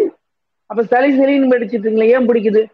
சளி பிடிக்கிறதுக்கு முதல் காரணமே நம்ம நுரையீரல்ல ஒட்டடை எப்படி படைந்திருக்கிறதோ, அதாவது சிலந்து எப்படி ஒட்டடை மாறி எல்லாம் படைஞ்சிருக்கோ, அந்த மாதிரி நம்ம உடம்புக்குள்ளார பல ஆயிரம் நரம்புகள் நம்மளை சுத்திட்டே இருக்கும். நம்மளுடைய நுரையீரல் பகுதி, 2 நுரையீரல் பகுதியிலும். அந்த நுரையீரல் பகுதியில காற்றினுடைய பகுதிகள் சரியான முறையில சுகாதாரமான காற்று போகலனாவோ, அல்லது நுரையீரல் விரிவுத்தன்மை கொடுக்க முடியலனாவோ இந்த தொற்று, சளி தொற்று ஏற்படும். அதாவது ஐஸ்கிரீம் சாப்பிட்டா ஒருத்தருக்கு ஒத்துக்காது, ஒட்டடை அடித்தா ஒத்துக்காது. இதெல்லாம் நுரையீரல் பாதிக்கக்கூடிய சக்தி உள்ளது. ஷாம்பு போட்டால் பாதிக்கும். மெயினா பிராய்லர் கோழி சாப்பிட்டால் நுரையீரலை பாதிக்கும், பனி பாதிக்கும். இதெல்லாம் என்ன சார் பண்ணும்? அங்க போய் என்ன பண்ணும்? அந்த வைரஸ் கிருமி தொத்திட்டு மூச்சு விட முடியாது, காற்ற உள்ள இழுக்க முடியாது, விரிவுத்தன்மை ஏற்படுத்தாது. அப்ப என்ன பண்ணும்? மூச்சு விட சிரமமா இருக்கும், சளி உள்ள கட்டிக்கும், நமக்கு காரி துப்புணும் போல இருக்கும். அதை எடுத்துடணும். எடுக்க ரொம்ப நல்லது. இப்ப நான் சொன்னேன் பாத்தீங்களா, இத்தனை ஆயுசுக்குள்ள 16 படி சளி உற்பத்தி ஆகும் உடம்புக்குள்ள. எடுத்துடணும். ஐயோ அது எடுத்தோம்னா அது நமக்கு ஒரு மாதிரி அசிங்கமா, அந்த இதை பார்க்கவே கூடாது. அது ஒரு கழிவு. எப்படி ஒவ்வொரு கழிவுகளை நம்ம வெளியேற்றுறோமோ அது போல இந்த நம்ம குளர தாக்கக்கூடிய ஒரு சளி ஒரு கழிவு. அதை எடுத்துடணும். எடுத்துட்டாதான் திரும்ப உள்ளுக்குள்ள போய் தங்காது. அப்ப நம்ம அது மாதிரி எடுத்துட்டோம்னா ரொம்ப ரொம்ப அற்புதமானது இந்த ஒரு அற்புதமான மூலிகை துளசி. நான் சொன்ன மாதிரி இந்த வால்மிளகு, ஜீரகம். இப்ப இந்த டியூபர்குலோசிஸ் நோய் அதிகமா வந்துருச்சு, காசநோய் வந்துருச்சுன்னா உணவு கட்டுப்பாடு முக்கியம் தேவை. அவங்க என்ன தெரியுமா பண்ணணும்? பால் அதிகம் சாப்பிடக்கூடாது, ஜீரண மண்டலம் அதிகமா சேமிக்கக்கூடிய பகுதிகளை எடுத்துக்கணும். ஜீரண சக்தி இது அதிகமா கடினமா தேவைப்படுதுன்னா அதை எடுத்துக்க கூடாது. ஜீரணம் ஈஸியாக எடுக்கக்கூடியதை எடுத்துக்கணும். குளிர்ந்தமான காற்றுகளில் நான் சொன்ன மாதிரி ஒட்டடை, ஐஸ் வாட்டர், சாக்லேட் கூட சாப்பிடக்கூடாது. இந்த அலர்ஜி இருக்கிறவங்க இந்த டீப்ரிகுலேஷன். ஒரு சில பேர் சொல்லுவாங்க இதுக்கு அந்த இறைச்சி சாப்பிட்டா உடனே அந்த கிடையவே கிடையாது. நான் சொன்ன இந்த மாதிரி மருந்துகள் இல்லைன்னா பரிசோதனைகள்ல போய் அங்க மருத்துவத்துறையில சித்த மருத்துவத்துறையில இருக்கு, எல்லா மருத்துவமனையிலும் இருக்கு, அங்க போனாலே தான் கொடுப்பாங்க. இப்ப இதுக்கு முறையான உணவு என்னன்னா, வேக வைத்த பொருள் அதிகமா சாப்பிடலாம். ஸ்ப்ரே பண்ணது அர்த்தமா எடுத்துக்க கூடாது. எண்ணெயில வதக்கப்பட்ட பொருட்கள் எடுத்துக்க கூடாது. வேக வைத்தது என்னன்னு கேட்டீங்கன்னா, இட்லி சாப்பிடலாம், வேக வைத்த பலகாரங்கள் சாப்பிடலாம். இப்ப குழிப்பணியாரம் சாப்பிடுறோம், எண்ணெயில போட்டது அதிகமா எடுத்துக்க கூடாது. அப்ப இதை விட ஒரு முக்கியமான மருந்து ஒண்ணு இருக்கு, கொள்ளு. அந்த கொள்ளு கஞ்சி வச்சு குடிக்கலாம். உளுந்து கஞ்சி வச்சு குடிக்கலாம். இந்த உளுந்து கஞ்சிலாம் நம்ம கார்போக அரிசி இது மாதிரி ஒரு சிறுதானிய அரிசிகள் எடுத்துக்கிட்டு நல்லா காய வச்சு குடிக்கலாம். ஆனா குளிர்ச்சியானது எடுத்துக்கூடாது, கம்பு குளிர்ச்சி எடுத்துக்க கூடாது. இப்படியாப்பட்டு நம்மளை பார்த்து எது நமக்கு இது ஒத்துக்கலையோ அதை நாம் நிறுத்தி விட்டோம் என்றால் நிச்சயமாக இது எத்தனை ஆண்டுகள் வேணாலும் நம்ம உயிரோட வாழலாம். ஆனா உணவு கட்டுப்பாடும் மருந்துகளும் எடுத்துக்கொண்டோம் என்றால் ரொம்ப நாளைக்கு மருந்து வேணாம், கொஞ்ச நாளைக்கு எடுத்துட்டு சரியாயிடுச்சுன்னா விட்டுறலாம், தப்பு கிடையாது. ஆனா உணவு கட்டுப்பாடு கொண்டு வந்தோம். இந்த உணவு சாப்பிட்டா நமக்கு ஒத்துக்கலை, அலர்ஜியாது. இந்த காற்றுக்கு போனா வருது, இங்க ஒற்றை அடிச்சாங்கன்னா நமக்கு அந்த மாதிரி தொல்லை பண்ணுது அப்படின்னு நிப்பாட்டிக்கலாம். இதை விட இன்னும் குழந்தைகள் எல்லாம் பெரியவங்களுக்கெல்லாம் ஒரு அற்புதமான நுரையீரல் விரிவுத்தன்மை ஏற்படுத்தக்கூடிய ஒரு மூச்சு பயிற்சியும் கூட சொல்றேன். குழந்தைகள் அடிக்கடி பலூன் ஊதிக்கிட்டே இருந்தா ரொம்ப ரொம்ப நல்லது. ஆனா அந்த பலூனை விட்டு மென்னும், அது தப்பு. அந்த குழந்தைகளை பலூனை மென்ன தங்கி கூட நம்ம பழக்கி கொடுக்கணும். அம்மா ஒரு 2 பலூன் ஊதுமா, 3 பலூன் ஊது, வெடிச்சிச்சுதான் விட்டுரு, பலூனை ஊதி பத்திரமா வச்சிருந்தா இந்த பலூன் ஊத நுரையீரலில் இருக்கக்கூடிய விரிவுத்தன்மை, நான் சொன்ன காற்றினுடைய கொள்ளளவு கூட ஏற்படும், ஆக்சிஜன் கூட கிடைக்கும். அப்ப இந்த நுரையீரல் சளியினால் பாதிக்கப்பட்டவர்களும் மூச்சு இழைப்பு இருக்கிறவர்களும் இந்த பலூன் கொஞ்சம் கொஞ்சம் ஊதி ஊதி ஊதி ஊதி பிராக்டிஸ் பண்ணோம்னா சளி வெளியே வந்துடும், நுரையீரல் விரிவுத்தன்மை ஏற்படும். அப்ப காற்றின் கொள்ளளவு கூட ஏற்படும். அப்ப சளி நமக்கு வராது, சளி பிடிக்காது. புரியுதுங்களா? இப்படித்தான் நம்ம ஒவ்வொரு மூலிகையும் நம்ம பயன்படுத்தணும். இப்ப என்ன தேவையான உணவு என்ன அப்படிங்கறத நம்ம பார்த்துக்கணும். அப்ப என்ன பண்றோம், தேவையான உணவு என்னன்னு கேட்டீங்கன்னா, அசைவம் சாப்பிட்றவங்க நாட்டுக்கோழி முட்டை சாப்பிடலாம், தப்பு கிடையாது. அசைவம் சாப்பிட்றவங்களுக்கு மட்டும் பிராய்லர் கோழி சாப்பிடக்கூடாது, அந்த முட்டை எடுக்கக்கூடாது. இந்த நாட்டுக்கோழி முட்டையில எதிர்ப்பு சக்தி அதிகமா இருக்கும். ஏன்னா அந்த கோழிகள் என்ன பண்ணும், இயற்கை உணவுகளை அதிகமாக உண்டு, அதிலிருந்து அந்த முட்டை நமக்கு கிடைக்குது. கிராமத்துல பாத்தீங்கன்னா கோழிகள் நிறைய இருக்கும், அது தலைகளாக கொத்தி சாப்பிடும். அப்ப அதுல இருந்து நம்ம கூடிய ஒரு நிறைய மருத்துவ குணம் உள்ளது நாட்டுக்கோழி முட்டை. அதை இந்த டியூபர்குலோசிஸ் உள்ளவங்க, இந்த காசு உள்ளவங்க எடுத்துக்கலாம். அப்புறம் மீன் எடுத்துக்கலாமா சார்னா, மீன் வறுத்ததை எடுத்துக்க கூடாது, வேக வைத்தது புளிப்பு அதிகமா இல்லாத எடுத்துக்கலாம். இது தேவையில்லைனாலும் ஒதுக்கிடலாம். நான் அசைவம் சாப்பிட மாட்டேன், செய்வ மாட்டேன், பரவாயில்ல, தப்பு கிடையாது. ஆனால் இயற்கையான மூலிகைகள் நம்ம நிறைய எடுத்துக்கணும். இதுக்கு என்ன சார் கீரைகள் அப்படின்னு கேட்டீங்கன்னா, நான் சொன்ன தூதுவளையே ஒரு கீரை, அது துவையில அரைச்சி சாப்பிடலாம். தூதுவளையை வதக்கி தேங்காய் வெங்காயம் போட்டு அதையும் நம்ம ஒரு கீரை மாதிரி எடுத்துக்கலாம். முசுமுசுக்கை எடுத்துக்கலாம். இந்த மாதிரி கீரைகள் நிறைய இருக்கு. முருங்கைக்கீரை எடுத்துக்கலாம், இந்த நோய் எதிர்ப்பு சக்தி உள்ளது முருங்கைக்கீரை, இதை எடுத்துக்கலாம். இதெல்லாம் எடுத்துக்கிட்டோம்னா நம்ம உடலுக்கு தேவையான எதிர்ப்பு சக்திகளை உண்டு பண்ணி கொண்டே இருந்தோம் என்றால் இந்த காச நோய் எப்படி பறக்குதுன்னே தெரியாது, பறந்து ஓடி போயிடும். அப்படியாப்பட்ட ஒரு நம்ம உடம்புக்குள்ள ஏற்பட்ட நோய் பறந்து ஓடிடும். அது நோயின்னு சொல்லக்கூட இது ஒரு விதமான கிருமிகள் ஓடிடும். இந்த காசு நோயினால் ஓடிடும். கிருமிகள் வந்து நம்மளை விட்டு ஓடிடும். அப்ப நம்ம என்ன பண்ணோம்? பனி காலத்தில் இந்த நோயினால் இருமல் எனக்கு அதிகமா வருது, இதற்கு என்ன சார்? இரவு தூங்கவே முடியல, நான் ரொம்ப கஷ்டப்படுறேன் தூங்குறதுக்கு, படுத்தனா இருமல் வந்துருது, சளி கொஞ்சம் வருது, தூக்கமும் வரமாட்டேங்குது. நிறைய பேத்துக்கு இந்த தொல்லை இருக்கும். இதுக்குதான் என்ன பண்றது? நான் சொன்ன மிளகு எடுத்துங்க. அதாவது வால் மிளகு எடுத்துக்கலாம். வெள்ளை மிளகு ரொம்ப ரொம்ப அற்புதம்.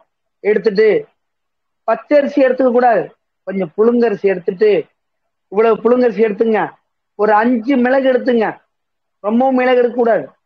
5 மிளகு எடுத்துட்டு, நம்ம எப்படி மென்று கொஞ்சம் கொஞ்சமா அந்த நீரை, உமிழ் நீரை குடிக்கிறோமோ அது மேல குடிச்சிட்டே வந்தோம்னு வச்சுக்கோங்களேன், இந்த ட்ரை காஃப், இந்த சளி, இந்த ஒரு நோய், எலும்புல பாதிக்கப்பட்ட சளியினால் வரக்கூடிய நுரையீரல் பாதிக்கப்பட்ட சளியினுடைய இருமல் உடனே உங்களுக்கு குறையும். நல்லா தூக்கம் வரும். என்ன சார் பண்ணோம்? இந்த புழுங்கரசியினுடைய ஒரு வெப்பம், இந்த மிளகினுடைய ஒரு கிருமி நாசினி உள்ள போகும்போது நமக்குள்ள அந்த காற்று ரிலீஸ் பண்ணி கொடுத்து நல்ல இருமலினுடைய அந்த தொண்டையினுடைய ஒரு கரகரப்பை மாற்றி இருமலை குறைத்து விடும். சரி சார், இதெல்லாம் குடிச்சிட்டு தண்ணி குடிக்கலாமா? மெல்ல சாப்பிட்டுட்டே இருந்தீங்கன்னா தானா இருமல் நிற்கும், தூக்கம் வந்துடும். அப்படி இல்லைன்னா இளம் சுட தண்ணி, ரொம்ப சுட கூட குடிக்க கூடாது, இளம் சுடு தண்ணி வச்சு குடிக்கலாம். இப்ப இந்த மேக்சிமம் இந்த மாதிரி நோய் உள்ளவங்க எண்ணெய் தேய்ச்சி குளிக்கலாமானா அதை கொஞ்சம் நிறுத்துறது நல்லது, அலர்ஜி ஆகும். பனிகாலம் அல்லது அலர்ஜி காலம், அதாவது காற்றடி காலம் வந்து இருமல் அதிகமா வரும், அப்ப இளம் சூடு தண்ணியில குளிச்சுக்குங்களாம், தப்பு கிடையாது. பச்சை தண்ணியில குளிச்சோம் அப்படின்னா அந்த கிருமியினுடைய தாக்கம் கொஞ்சம் கூட வரும். அப்போ ஒரு பக்கெட் தண்ணியில கொஞ்சம் சுடு தண்ணி வச்சு குளிச்சிட்டோம்னா, அது ஹாட் வாட்டர், சுடு தண்ணி குளிச்சிட்டோம்னா இந்த கிருமி நாசினி நம்மளை தொட்டு வெளியே போயிடும். அப்ப அது மாதிரிதான் நம்ம உடம்ப கொஞ்சம் கொஞ்சமா பாதுகாத்துக்கணும். அப்ப எத்தனை விஷயங்கள் இதை பாதுகாத்துக்கிறோம் பார்த்தீங்களா? காரணம், இதெல்லாம் வரும் முன்னே காப்பதற்குத்தான் இப்ப இந்த மருந்துகளை நாங்க சொல்லியிருக்கோம். இந்த நோய் வந்துருது இன்னும் பயமே வேண்டாம். வரும் முன்னே இதெல்லாம் இயற்கையா பார்த்துக்கிட்டே இருக்கும். எனக்கு பனிக்காலம் வந்துருச்சு, எனக்கு குளிர் வரும், தானா நம்மள அறியாமலே சுடுதண்ணி எனக்கு தேவைப்படும், நான் குளிச்சுக்குவோம் அப்படிம்போம். தப்பே கிடையாது. அப்ப நமக்கு சளி பிடிக்காது, நம்ம உடல் பாதுகாப்பா இருக்கும், ஆரோக்கியமா இருக்கும். அந்த மாதிரிதான் நம்ம உடம்ப பாதுகாத்துக்கணும். இல்ல எனக்கு வந்து சுடு தண்ணியெல்லாம் வச்சுட்டு நான் அந்த இடம்பு ஒத்துக்காது, நான் பச்சையில குளிக்கணும்னா அப்ப அந்த கிருமி கொஞ்சம் கூட வருது. பச்சையில குளிச்சுட்டு வந்தா தும்மல் வந்துருது, பச்சையில குளித்தா சளி பிடிச்சிருக்குதுன்னா நமக்கு கஷ்டப்படுதான். அப்ப நம்ம என்ன பண்ணணும்? அந்த காலத்துல நம்ம கொஞ்சம் சுடு தண்ணி எடுத்துட்டோம்னா நமக்கு அந்த நோயில இருந்து நம்ம குணப்படுத்தலாம், நிவர்த்தியும் கிடைக்கும். இப்படிதான் நம்ம ஒவ்வொரு நாளும் ஒவ்வொரு முறைகளை நம்ம கடைப்பிடிச்சிட்டு நம்ம செயல்பட்டோம்னா ரொம்ப ரொம்ப அற்புதமா இருக்கும். இதற்கு இந்த மாதிரி நுரையீரல், இந்த மாதிரி ஒரு டிப்ளிகுலோசிஸ் நோய்க்கு நிறைய யோகா பயிற்சிகள்லாம் இருக்கு. யோகா பயிற்சிகள் இதுக்குன்னு நீங்க உங்களுடைய ஒரு யூடியூப்ல போட்டு பாத்தீங்கன்னா இந்த நோய்க்கு யோகா பயிற்சிகள், அதுக்கு முக்கியமான பயிற்சி பிராணாயாம பயிற்சி. நம்ம மூக்குல வச்சுக்கிறோம், ஒரு பங்கு காற்றை உள்ள இழுக்கிறோம், 2 பங்கு உள்ள வைக்கிறோம், 3 பங்கு வெளியில வர்றோம். அப்ப நுரையீரல் விரிவுத்தன்மை ஏற்படும். 10 வாட்டி நம்மளே மூச்சு இழுத்துக்கிறோம், அப்புறம் மூச்சு இழுத்துக்கிறோம், மூச்சு இழுத்து இழுத்து விடுறோம், அப்ப விரிவுத்தன்மை ஏற்படும், ஆக்சிஜன் கூட கிடைக்கும், காற்று. அப்ப இப்படிதான் நம்ம ஒவ்வொன்றையும் நம்ம பயன்படுத்திக்கணும். அப்ப இதுக்கு பயிற்சிகளையும் கொஞ்சம் எடுத்துக்கிட்டோம்னா இந்த சளியினால் ஏற்படக்கூடிய இந்த காச நோயை நாம் குணப்படுத்தி விடலாம். இது குழந்தைகளுக்கு வருமா சார்? வர்றதுக்கு வாய்ப்பு உண்டு. நான் சொன்ன பார்த்தீங்களா, இது தொற்று நோயாகவும் வரலாம். இந்த குழந்தைகளுக்கு எப்படி சார் கண்டுபிடிக்கிறது? போனீங்கன்னா குழந்தைகள் மருத்துவம்லாம் ஒரு சில பேர் பார்த்தோன்னா, இப்ப நாங்களே குழந்தைகள் வந்தாங்கன்னா பார்ப்போம், கழுத்துல 3 கட்டிகள் சின்ன சின்னதா தெரியுதான்னு இப்படி அமுக்கி அமுக்கி அமுக்கி பார்ப்போம், இங்கிட்ட அமுக்கி அமுக்கி அமுக்கி பார்ப்போம். அப்ப பாத்தீங்கன்னா சின்ன சின்னதா 3 கட்டிகள் அல்லது நிறைய கட்டிகள் கூட சின்ன சின்னதா தெரியும். அப்ப இந்த கட்டிகள் எதுக்கு இருக்குன்னா, நுரையீரலினுடைய எலும்பினுடைய ஏதோ ஒரு பாதிப்பு ஏற்படுது இந்த குழந்தைக்கு, அது முன்னெச்சரிக்கையாக இந்த கட்டிகள் நமக்கு காமிக்கும். எப்படி ஒரு நிலத்துல கொஞ்சம் சீல் பிடிச்சா அந்த கட்டி இங்க தெரியுதோ, அது போல நுரையீரலில் ஏதோ ஒரு பாதிப்புகள் அல்லது நுரையீரலில் இருக்கிற அதாவது விலா எலும்புகளில் பாதிப்புகள் ஏற்படும் போது இந்த கழுத்தினுடைய பகுதியில அது தெரியும். இதை நம்ம ஜென்ரலாவே கண்டுபிடிச்சுக்கலாம். அந்த குழந்தை ஒல்லியா இழைச்சு போயிருக்கும், சரியா சாப்பிடாது. அப்ப இதுக்கெல்லாம் மருந்துகள் இருக்கா? நிறைய மருந்துகள் இருக்கு. நான் சொன்ன சித்தரத்தை இருக்கு. சித்தரத்தைய நல்லா வாங்கிட்டு வந்து நசுக்கி கொஞ்சோண்டு பனவெல்லம் போட்டு நல்லா கொதிக்க வச்சு காலைல 1/2 டம்ளர் நைட்டு 1/2 டம்ளர் கொடுங்களேன். அந்த குழந்தைக்கு எவ்வளவு பெரிய சளியா இருந்தாலும் அடுத்து வெளியில எடுத்துட்டு வந்து சித்தரத்தைக்கு அவ்வளவு பவர் உண்டு. அது தேன்ல குழைச்சும் கொடுக்கலாம். சித்தரத்தை என்ன பண்ணலாம், தேன்ல குறைச்சும் கொடுக்கலாம். ஆனா நான் சொன்ன போல நல்ல சித்தரத்தைய வாங்கிட்டு வந்து நல்லா நசுக்கி கொஞ்சம் பாத்திரத்துல போட்டு அதுல கொஞ்சம் பனவெல்லம் கலந்து குடிச்சு வடிகட்டி குடிச்சு பாருங்க. சளி அப்படி குழந்தைகள்லாம் கொடுக்கலாம். 10 வயசுக்கு மேல தாண்டு 5 வயசுக்கு மேல தாண்டிச்சுன்னா இது மாதிரி அந்த குழந்தை இருமிக்கிட்டே இருக்கு, அதுக்கு என்னமோ டிபி நோய் வந்த மாதிரி இருமுது அப்படின்னு பயந்தீங்கன்னா தாராளமா இதை கொடுக்கலாம். நான் சொன்ன ஒத்தரம் கொடுக்கலாம். முக்கியமா அந்த ஒத்திடம் கொடுக்கறதுல அவ்வளவு சக்தி உண்டு. இந்த வேர்வை நாளத்தின் மூலம் வெப்பம் உள்ளே போய் அந்த சளிகள் இலகப்பட்டு வெளியே வந்துட்டே இருக்கும். அப்படியாப்பட்ட ஒரு அற்புதமான ஒத்தரம். இந்த ஒத்தரம் கொடுக்கறது அவ்வளவு சக்தி உண்டு. புரிஞ்சுக்கிட்டோமா? ஒவ்வொரு மருத்துவத்தையும் ஒவ்வொரு பகுதியா நம்ம பார்த்திருக்கோம். இதுல இன்னும் நிறைய கேள்விகள் கேட்கிறாங்க. எப்படின்னு கேட்டீங்கன்னா, ஜெனட்டிக்கா வருமானா, பரம்பரையா வருமானா? வராது. கண்டிப்பா அந்த நோய் பரம்பரையா வராது. நம்மளே உணர்ந்து தேவையான உணவுகளை எடுத்து உடல் ஆரோக்கியத்தோட வச்சுட்டோம்னா வராது.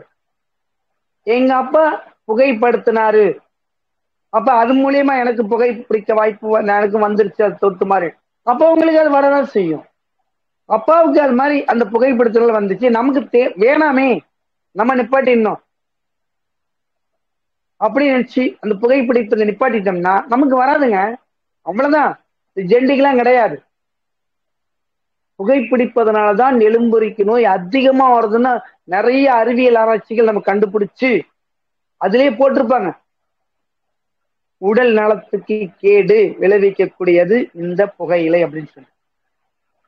உடல் நலம்னா என்ன? பொதுவான நலங்கள் தான். அப்ப நம்ம என்ன பண்றோம்? முடிந்த அளவுக்கு அந்த பயன்படுத்திட்டு இருக்க இடத்துல நம்ம நிக்க கூடாது. கொஞ்சம் ஓரமா ஒதுங்கி சுகாதாரமான காற்று கடத்தல் நின்னுக்கணும். நம்ம வீட்டுல பயன்படுத்தினாலும் அதனுடைய தாக்கம் இப்படி இருக்குன்னு அவங்களுக்கு எடுத்து சொல்லி அவங்கள எந்த அளவுக்கு பக்குவப்படுத்தி கொண்டு வர முடியுமோ அவங்களை மாற்ற வேண்டும். இப்படி செய்தால்தான் நாம் நம்மளே காத்து கொண்டே இந்த நோயிலிருந்து விடுபடலாம். இப்படியாப்பட்ட ஒரு பெரிய நோயின்னு சொல்ல முடியாது, இது குணப்படுத்தக்கூடிய ஒரு நோய். இப்ப பொதுவா சொல்றோம், அப்ப ஹெச்ஐவி நோய்க்கு அதிகமா ஏன் சார் வருது அப்படின்னா, அந்த ஹெச்ஐவி நோய் குணப்படுத்த முடியாது, அது கண்ட்ரோல் தான் பண்ண முடியும். ஆயுள் முழுவதும் நிறைய இருப்பாங்க. ஆனா மருந்து மாத்திரையில அவங்கள கொஞ்சம் கொஞ்சமா உடல் ஆரோக்கியத்தை கொடுத்து எடுப்பு சக்தியை கொடுத்து அவங்க உயிரை தான் நம்ம கொஞ்சம் நாள் அவங்களுடைய உடல் ஆரோக்கியத்தை தான் கொஞ்சம் நாள் கொண்டு போக முடியுமா விட அது குணப்படுத்த முடியாது. எவ்வளவு பேர் நான் குணப்படுத்துவேன், கண்டிப்பா அந்த வைரஸ் குணப்படுத்துறது ரொம்ப ரொம்ப கஷ்டம். ஆனால் இது குணப்படுத்தலாம். இது வந்து அந்த மாதிரி ஒரு பெரிய வைரஸோ கிருமியோ கிடையாது. ஈஸியா குணப்படுத்தக்கூடிய அற்புதமானதுதான் அது. பல பிரிவுகள் நம்ம நாட்டுக்கு வந்திருக்கு. நான் சொன்னது போல பரிசோதனை நிறைய வந்திருக்கு. நிறைய பேர் இப்ப அந்த பரிசோதனை எடுத்துக்கலாம். எனக்கு இருமல் நிறைய இருக்கு, சளியில வாட வருது, சளி தொந்தரவு இருக்குன்னா ஒரு மாசம் 2 மாசம் பாருங்க, உடல் இளைக்குது, சரியா சாப்பிடல, எல்லாம் சொல்லுவாங்க இது ஒண்ணும் பண்ணாது, நீ பயப்படாத, கொஞ்ச நாள் போட்டு சரியா போயிடும். உடனே ஒரு பரிசோதனை மட்டும் பார்த்துருங்க. அந்த பரிசோதனையில இந்த கிருமி இருக்காங்கிறத கண்டுபிடிச்சிருவாங்க. கண்டுபிடிச்சிட்டாங்கன்னா தேவையான மருந்து மாத்திரை நம்ம எடுத்துட்டோம்னா சுமார் 48 நாளைக்குள்ளார இது உறுதியாக குணமாயிடும். உணவுகள் முறையாக உண்ண வேண்டும், அதுதான் முக்கியம். இந்த காச நோய்க்கு தேவையான எதிர்ப்பு சக்தி உள்ள உணவுகளை எடுத்துக்கணும். சரி, எனக்கு அந்த தூதுவளை பெச்சேவே மென்று சாப்பிடலாமா? தாராளமா சாப்பிடுங்க, ரொம்ப ரொம்ப சக்தி அதிகம். அது கசப்பா இருந்தா என்னங்க, நான் அப்படியே அந்த தலையை பிச்சுட்டு கொஞ்சம் தண்ணீர் அழைச்சிட்டு நான் மென்று சாப்பிடுவேனே, சாப்பிடலாம், ரொம்ப ரொம்ப நல்லது. அது 2 பங்கு நான் லேட்டா குணமாகிறது, இது 1 பங்குல சீக்கிரமா குணமாயிடும். அப்படி நேச்சுரலா எடுத்துக்கக்கூடியது அந்த நம்மளுடைய மூலிகை மருந்துகளை எடுத்து நேச்சுரலா சாப்பிட்டோம்னா அவ்வளோ சக்தி உள்ளது. புரியுதுங்களா? இப்படிதான் நம்ம இந்த சித்தர்த்த இருக்கு பார்த்தீங்களா, அந்த நிறைய சித்தர்த்த கடையில கேட்டீங்கன்னா, அதாவது நம்மளுடைய நர்சரி கடையில கேட்டீங்கன்னா கிடைக்கும். அந்த சித்தரத்தையை வாங்கிட்டு வந்து நம்ம ஒரு தட்டுல, அதாவது ஒரு கூடையில, நம்மளுடைய பூ கூடையில கொஞ்சம் மண்ணு கொஞ்சம் எருவு போட்டு இந்த சித்தரத்தையை வளர்த்தா கூட வீட்டுல அந்த வாசம் வந்தாலே உங்களுக்கு சரி கூட பிடிக்காதுங்க. எப்படி துளசி வளர்க்குறோமோ அது போல சித்தரத்தையும் வளர்க்கலாம். எங்க வீட்டுல நிறைய வளர்த்துருக்கோம், வளர்ந்துருக்கு, நிறைய வளர்ந்துருக்கு. பாத்தீங்கன்னா கூபா புல் மாதிரி இருக்கும், கரும்பு பில்லு மாதிரி வரும் சித்தரத்தை. அது இன்னைக்கு நான் எடுத்துருவல, இல்லைன்னா எடுத்துட்டு வந்து கூட அதை காமிச்சிருப்பேன். அடுத்த வகுப்பு நான் முதல்ல அதை காமிச்சிடுறேன், இந்த சித்தரத்தை எப்படி இருக்கும்னு. நம்ம வீட்டுல கூட வளர்க்கலாம், நிறைய வளரும், இவ்வளவு பெருசு வளரும். சித்தரத்துக்கு அவ்வளவு சக்தி, காற்றினுடைய அந்த சக்தி பட்டாலே நமக்கு இந்த சளி, இருமல், மூச்சுத்திணறல் வரவே வராது. சித்தரத்தை வீட்டுல வளர்க்கலாம், துளசி வளர்க்குற மாதிரி இருக்கலாம், வச்சுக்கலாம். அப்ப ஒவ்வொரு மூலிகைகளையும் நம்ம வீட்டிலையும் வளர்த்துட்டோம்னா எதிர்ப்பு சக்தி நம்ம உடம்புக்குள்ள காற்று மூலியமா கிடைச்சி பலவிதமான நோய்களை குணப்படுத்தக்கூடிய சுவாச காற்றை பெற்று நாம் ஆரோக்கியமாக வாழலாம்.